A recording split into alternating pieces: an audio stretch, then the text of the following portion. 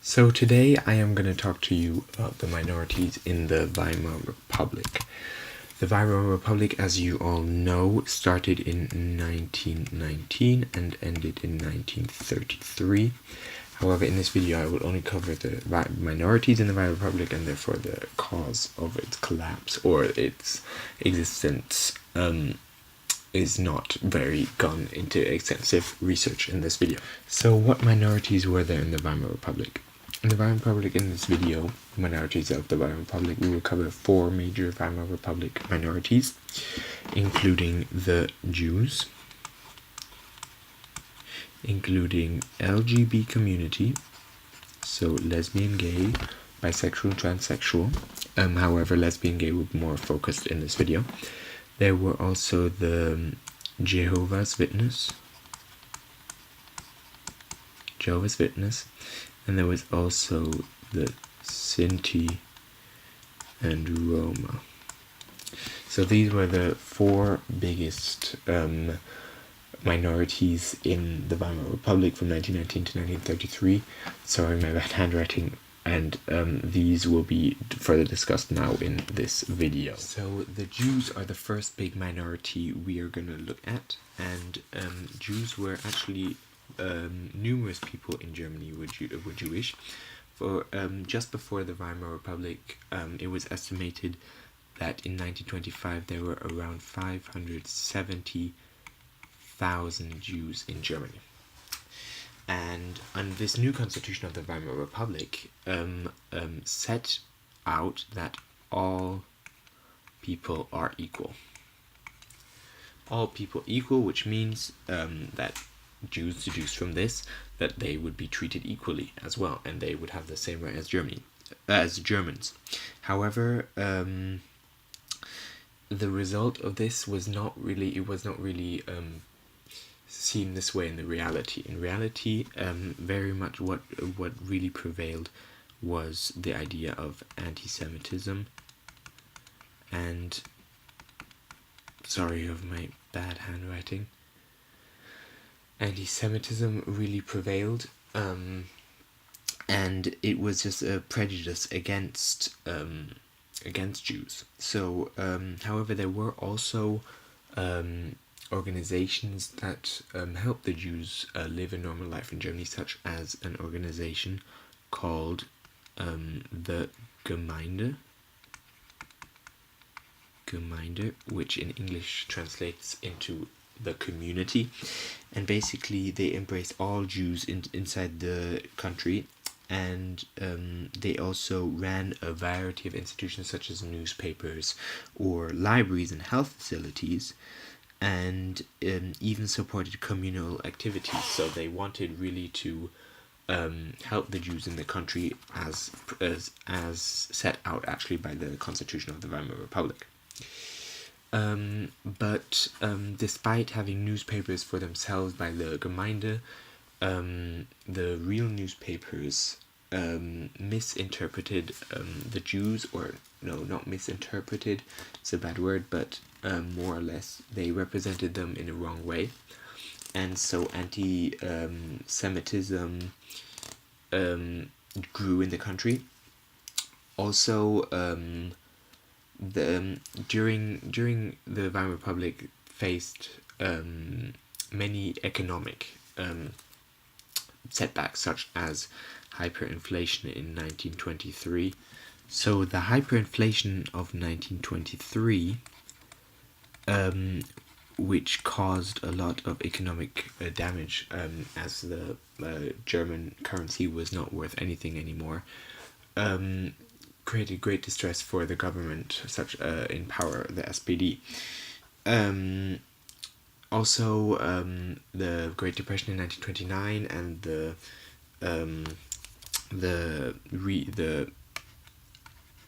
the Dawes Plan failing and they not getting the money anymore leave the governing party with much more, for what they considered, much more severe problems than the treatment of the Jews. So over the course of the next few years, with the economic crisis, there was an increased widespread idea that Jews were a problem, and the growth of Nazi powers to the end of the 1930s, anti-Semitism became quite open. So therefore, the Jews were meant to be considered, under Constitution of the Weimar Republic, meant to be considered as equal. However, anti-Semitism and economic collapses, such as the hyperinflation of 1923, changed how the Jews were portrayed, and they were then portrayed as a problem, and anti-Semitic ideas prevailed. So the second major minority we're going to look at is the LGBT community, so lesbian, gay, bisexual, transsexual community. However, we're going to more focus on lesbian and gay. So, as mentioned before, there existed in the Constitution of the Weimar Republic that everyone was equal. And especially in Germany, there was, I think we will see also by a project later on in this class, that in Germany the nightlife started rising, and pop culture and art, music, theater, film, and jazz became very popular in Berlin. So, Berlin was also renowned for its LGBT nightlife. So, for instance, before the Weimar Republic in 1920, there were more gay bars in Berlin than in New York in 1980. So you can see 60 years earlier they were much, much further. However, the nightlife of Berlin was, with this tolerance, was very uncommon amongst other Germanies, as they were deep in the deep south with deep Catholic ideas.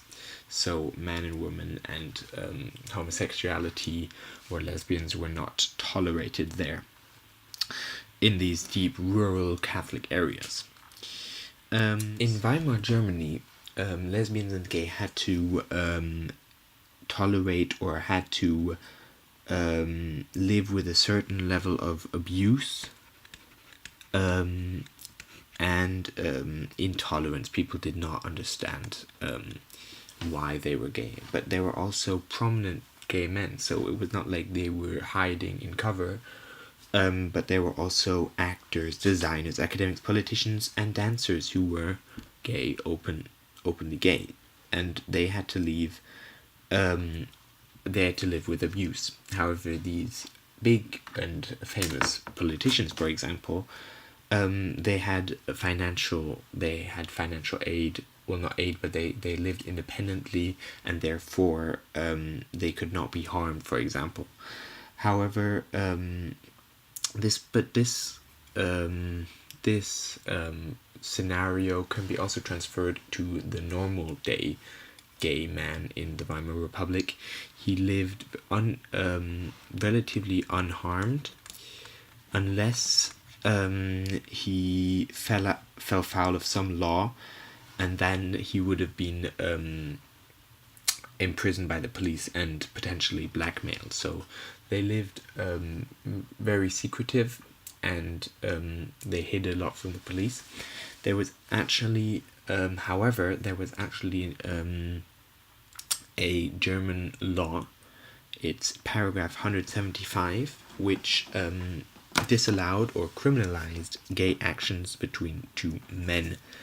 However, in the Weimar Republic, this paragraph or criminal code had never been repealed, so it was still it would never change. It was still two men. This law concerning only men is also why lesbian women in the Weimar Republic, lesbian, were relatively free to do what they wanted. They had no law against them, because the law specifically said gay actions between men. were illegal and criminalized. But there was no laws punishing sexual relations between women. So it was kind of there was like an unbalanced situation here. However, in 1929, when the Nazis gained power and a lot of sympathy, the sexual tolerance often associated with Berlin and its nightlife was diminished a lot, and many saw and that the tolerance the Weimar Republic had against lesbians specifically and gay men would showed a sign of showed the German decadence, and therefore it was not seen it was seen even less and less tolerated by the people as well. So when then Nazis got even more sympathetic supporters, he ridiculed the LGBT community, and once Hitler got into power, then things were over with the tolerance against the LGBT community. The persecution of gay men or lesbian women would be intensified, and clubs such as gay bars were closed and banned. So it went a bit from being tolerated despite laws against, up towards when the rise of Hitler went to non-toleration and back to this idea of rural Catholic state, that there's only marriage between men and women and only love between man and woman. So the next minority I will talk about now are the Roma and Sinti, or Sinti and Roma, depends on how you call it. And in the Weimar Republic, these people were also called gypsies, were not tolerated. They were and laws against them increased. So laws against them increased. So these laws, for example, said that every gypsy had to register with the local police office. There were laws prohibiting free travel, and by the early 1820s, gypsies, or Roma and Sinti and Roma, were forbidden to use parks or even public baths. So they were completely excluded from the social and everyday life of the Weimar Republic. Even in the Weimar Republic, there were cases of Sinti and Roma being sent to work camps, as Jews were to concentration camps under Hitler.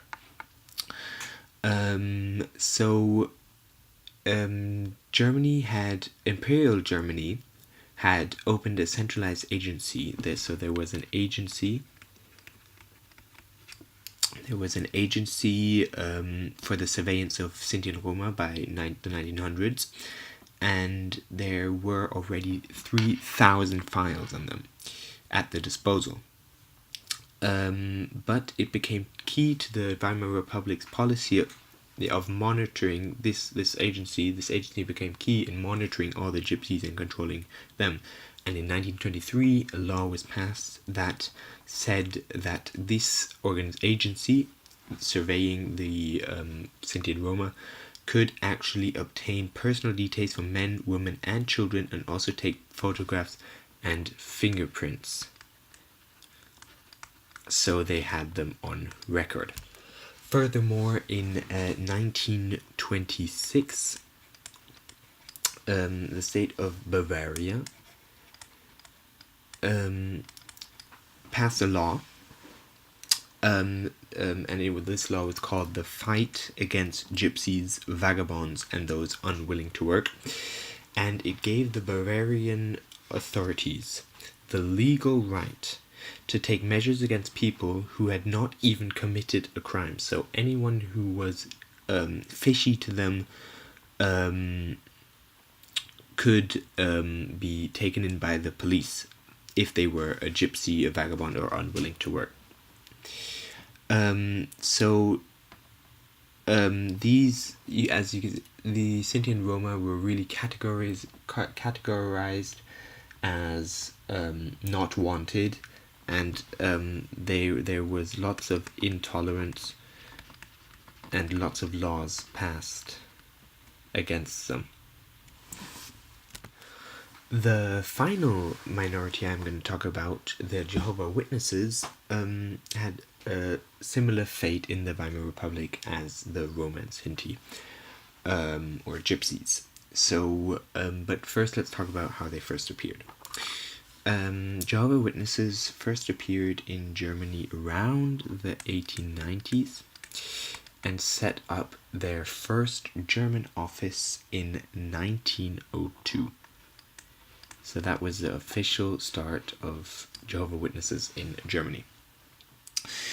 After the war in 1919 and the creation of the Weimar Republic, they attracted a lot of opposition because people believed, or they acted on the premise that Jehovah's Witnesses were pro-Jewish and communist. These were the two premises that the people assumed, and therefore there was a lot of intolerance against the Sinti and Roma. The Sinti and Roma are often also called, the people that work for them that distribute Bibles, for example, are often called Bible students, and these were frequently arrested for charges of illegal peddling as they handed out these pamphlets and Bibles by the police. So they were also, like the Roma and Sinti, arrested for doing what they believe in. The Nazis then began harassing them, so there was a lot of harassment.